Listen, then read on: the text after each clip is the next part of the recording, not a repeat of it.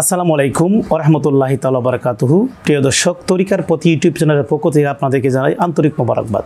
আজকের আলোচনার বিষয় একটি লা ইলাহা ইল্লাল্লাহ কতটুকু শক্তিশালী।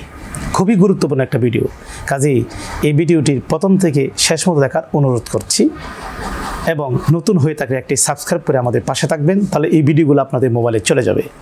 তো আজকের যে আলোচনার বিষয় সেটি হলো একটি লা ইলাহা ইল্লাল্লাহ কতটুকু দামি বা কতটুকু শক্তিশালী সেটা আমি আপনাদের সামনে তুলে ধরছি। প্রিয় দর্শক, এই ভিডিওটি একটু মনোযোগ দিয়ে শোনার জন্য অনুরোধ করছি, কারণ আপনারা জানেন আপনাদের জন্য আমি অনেক মেহনত করি, কোরআন হাদিস থেকে রিসার্চ গবেষণা করে এই ভিডিওগুলো আপনাদের সামনে তুলে ধরি। অতীতে তুলে ধরে আসছি, এখনও তুলে ধরছি, ভবিষ্যতে তুলে ধরবো ইনশাল্লাহ। তবে আপনাদের সহযোগিতা চাই, আপনারা এই ভিডিওগুলো শেয়ার কমেন্ট করে ছড়িয়ে দেবেন।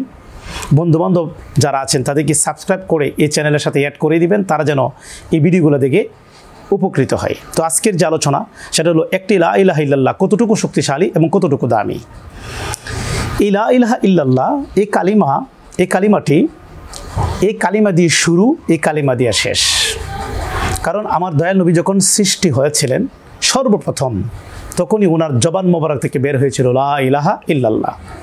তাহলে এই কালিমা দিয়ে শুরু, এই সৃষ্টি শুরু হয়েছে কালিমা দিয়ে, লা ইলাহা ইল্লাল্লাহ দিয়ে শুরু হয়েছে এবং কালিমা দিয়ে শেষ। কালিমা দিয়ে শেষ বললো কেন?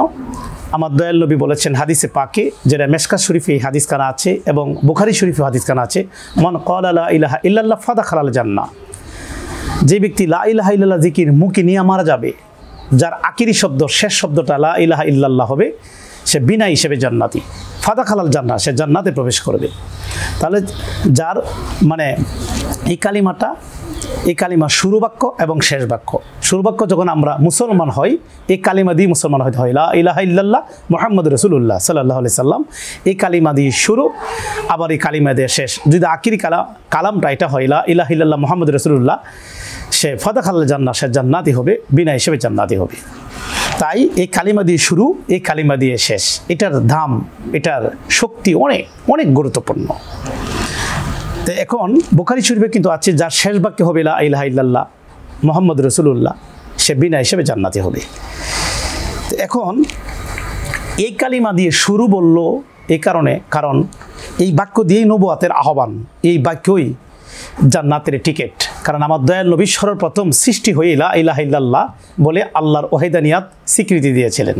আল্লাহ যে এক, এই কথা আমার দয়াল নবী বলেছিলেন লা ইলাহা ইল্লাল্লাহ বলে।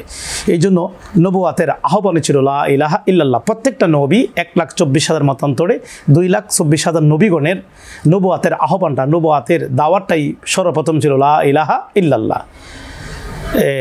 সৃষ্টিকে বলতো পর লা ইলাহা ইল্লাল্লাহ, আল্লাহ ছাড়া কোনো মাবুদ নাই। আবার এই লা ইলাহা ইল্লাল্লাহ জান্নাতের টিকিট।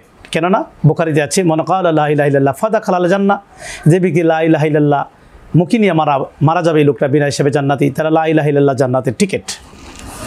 এই কালিমা আরও গুরুত্বপূর্ণ এই কারণে যে এই কালিমা নূর সৃষ্টি করে। লা ইলাহা ইল্লাল্লাহ মুহাম্মাদুর রাসূলুল্লাহ, এটা নূর সৃষ্টি করে, যার ওজন পৃথিবী নিতে পারে না।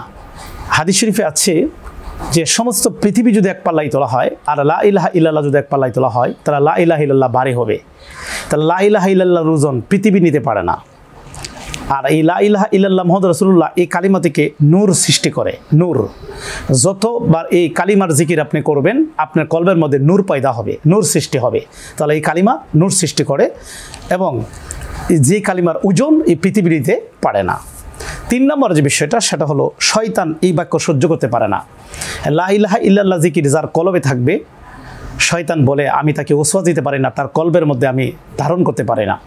কারণ লা ইলাহা ইল্লাল্লাহ জিকির যদি কলবে রাখে, তাহলে কলব থেকে শয়তান দূর হয়ে যা, কলবের মধ্যে শয়তান অবস্থান করতে পারে না, শয়তান দূর হয়ে যা কলব থেকে, যদি লা ইলাহা ইল্লাল্লাহ জিকির থাকে। তাই লা ইলাহা ইল্লাল্লাহ জিকির এর ধ্বনি শয়তান সহ্য করতে পারে না। যার কলবে এই কালিমা থাকবে, শয়তান আধিপত্য করতে পারে না। যার কলবে লা ইলাহা ইল্লাল্লাহ জিকির থাকবে, শয়তান তার কলবের মধ্যে আধিপত্য স্থাপন করতে পারে না, অর্থাৎ শয়তান এখানে আসতে পারে না। তাই আপনারা বেশি বেশি কলবে লা ইলাহা ইল্লাল্লাহ জিকির করবেন। আমার মুরিদান যারা আছে, আমি কিন্তু তাদেরকে এই শিক্ষা দিয়েছি, আমার মুর্শিদ কেবলা, আমার দাদা হুজুর কেবলা এই শিক্ষা দিয়ে গেছেন যে সদা সর্বদা পাকে না পাকে সদা সর্বদা কলবে রাখতে হবে লা ইলাহা ইল্লাল্লাহ। কারণ লা ইলাহা ইল্লাল্লাহ যার কলবে আছে, শয়তান অধিপত্য স্থাপন করতে পারে না এই কলবে, এবং এই কলবের মধ্যে শয়তান থাকতে পারে না। কারণ শয়তানের আসলে আগুন লেগে যায়, এবং এই লা ইলাহা ইল্লাল্লাহ শব্দটা শয়তান সহ্য করতে পারে না।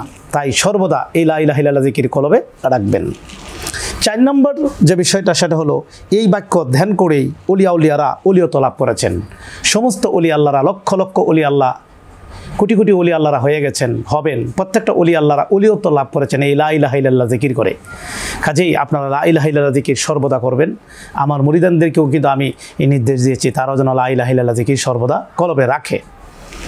এবং এই বাক্য ধ্যান করে অলি আল্লাহরা অলিয়ত লাভ করেছেন এবং তাদের অন্তর জ্যোতিপূর্ণ হয়েছেন। যারা লা ইলাহা ইল্লাল্লাহ জিকির সদা সর্বদা করবে, তাদের কলবের মধ্যে জ্যোতিময় হবে এবং তার অন্তরটা জ্যোতিতে পূর্ণ হয়ে যাবে, জ্যোতিতে ভরে যাবে, আল্লাহর নূরের জ্যোতিতে ভরে যাবে যদি তার কলবের মধ্যে লা ইলাহা ইল্লাল্লাহ জিকিরটা থাকে।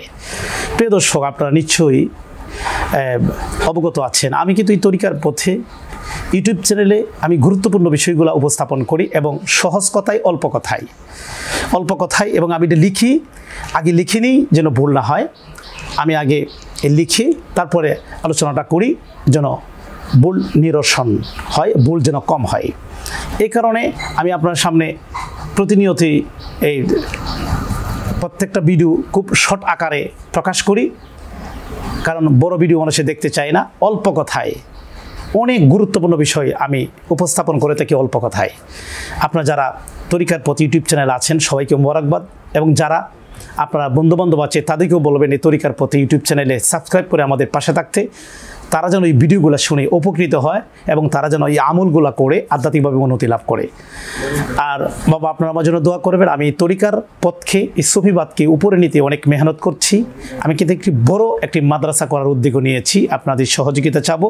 কিছুদিন পরে আপনারা দেখবেন ইনশাল্লাহ। আমি কটিয়াদি, কিশোরগঞ্জ কটিয়াদিতে আমার দরবার শরীফে বিশাল বড় একটি 3 তলা বিশিষ্ট বড় একটা জামিয়া করতে চাচ্ছি। এখানে 500 ছাত্র এবং 25 জন শিক্ষক এখানে মেহনত থাকবে। এখান থেকে সুন্নি আলেম, তরিকতের আলেম, সুফিবাদের আলেম হয়ে দেশ বিদেশে তারা প্রকৃত ইসলাম প্রচার করবে, সত্য ইসলাম প্রচার করবে। এটার জন্য আমি মেহনত করতেছি। আমার উপার্জন, সমস্ত উপার্জন আমি এখানে ঢেলে দিচ্ছি। আর যারা আপনারা এই তরিকতকে ভালোবাসেন, সুন্নিতকে ভালোবাসেন, আমাদের পাশে থাকবেন। আমি আপনাদের অবশ্যই এই ভিডিওতে, আপনাদের এই চ্যানেলে, আমার এই চ্যানেলে আমি প্রকাশ করব আমি কি উদ্যোগ নিয়েছি, সামনে আসবে, অবশ্যই আপনারা দেখবেন। তো আপনারা সবসময় এই তরিকার প্রতি ইউটিউব চ্যানেলে চোখ রাখবেন, এই আশা রাখছি। আজকে এই পর্যন্তই, আপনার কাছে বিদায় করছি। আখির দাওয়ানা আনিল হামদুলিল্লাহি রাব্বিল আলামিন। আসসালামু আলাইকুম।